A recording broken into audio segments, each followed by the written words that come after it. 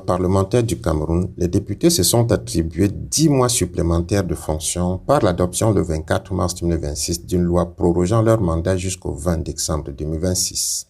À terme, le mandat de la 10e législature va durer 7 ans, temps pendant lequel rien de significatif ne se passe à l'Assemblée nationale. Si oui, le paiement régulier des émoluments et autres avantages et l'applaudissement des lois que très peu d'entre eux lisent et comprennent. Le pays peut entre-temps être secoué de scandales. La décrépitude sociale peut s'intensifier, les crimes rituels, le trafic de drogue, la braderie des ressources naturelles peuvent prendre de l'ampleur. Le pays peut avoir le réseau routier le plus honteux en urbain comme en interurbain. Les routes nationales peuvent être les plus dégradées. Les autoroutes peuvent devenir des impasses. Les surfacturations des marchés publics peuvent devenir la règle. Il n'y a pas de problème tant qu'ils se font appeler honorables entre guillemets et exigent d'être reconnus comme tels. Mais on n'entre pas à l'Assemblée nationale pour faire carrière, comme d'aucuns veulent le faire croire. Le Cameroun n'est pas une monarchie où chacun s'agrippe et le renouvellement de la classe politique n'est pas qu'une vue de l'esprit. Il est crucial pour la vitalité démocratique, évitant que le pouvoir ne devienne une maison de retraite ou ne se transforme en monarchie. Il exige de passer d'une logique de carrière à un engagement de service, rajeunissant les idées et les acteurs. Dans un article publié le 4 mars 2021, le magazine congolais Eshima remettait encore sur la table la question du renouvellement de la classe politique en général, relevant que dans différents pays africains, nombreux sont ceux qui prônent le rajeunissement de la classe politique. Mais ne sachant comment y arriver, la génération montante est condamnée à ronger son frein en attendant de prendre la relève des vieux qui s'agrippent aux commandes depuis des décennies. Le constat général d'ailleurs est que ceux qui sont arrivés aux affaires très jeunes en 1960 en Afrique, à la faveur de la nationalisation des cadres, ont fermé la porte et l'idée de ne plus quitter a été transmise de promotion en promotion. Le magazine relève, je cite, « Sur le continent, les ministres ayant 60 ans sont considérés comme jeunes. On parle souvent de la perception que les dirigeants ont du pouvoir. Certains considèrent leur pouvoir comme un pouvoir traditionnel qui ne prend fin qu'avec la mort. Dans cette réminiscence de la monarchie, ils ne préparent pas la relève tant que ce n'est pas eux, personne ne peut. Alors qu'ils ont accédé jeunes au pouvoir, ces dirigeants prennent la résolution d'y demeurer le plus longtemps possible, déroutés par l'égoïsme et le souci de faire carrière en politique.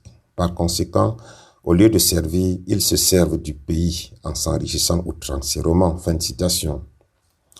Quand on parle souvent de l'éternité au pouvoir au Cameroun, les yeux sont tournés vers la présidence de la République. Pourtant, l'Assemblée nationale du Cameroun est devenue le lieu par excellence de cette pratique. Kavaï Yégué Djibril, l'ancien président de cette chambre basse du Parlement, entre à l'hémicycle en 1973 jusqu'en 1988, soit 15 ans. Après une pause de 5 ans, il revient en 1992. En 2026, cela fait 34 ans. Ajouté aux 15 premières années, on a un cumul de 49 ans comme député, loin au-delà des 43 ans de Paul Biya à la magistrature suprême. Et pendant les 49 ans de Kavaï, il a été vice-président pendant 5 ans et président pendant 34 ans.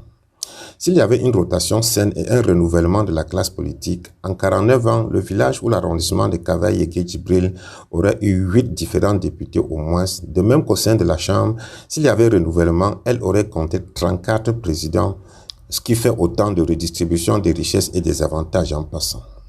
Kavaï Yégué n'est qu'un exemple.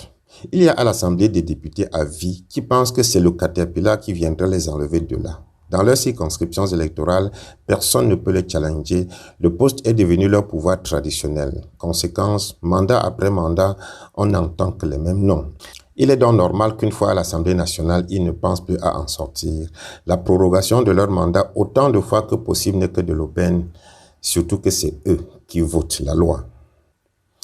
Cette situation fait remonter en surface les pièges cachés dans la constitution camerounaise. L'alinéa 4 qui autorise les députés à voter eux-mêmes leur prorogation est introduite en 2008 au même moment que la limitation des mandats du président de la République est effacée.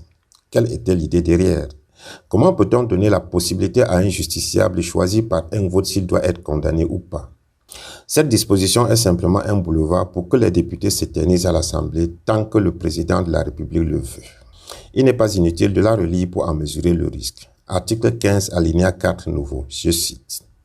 En cas de crise grave ou lorsque les circonstances l'exigent, le président de la République peut, après consultation du président du Conseil constitutionnel et des bureaux de l'Assemblée nationale et du Sénat, demander à l'Assemblée nationale de décider par une loi de proroger ou d'abréger son mandat.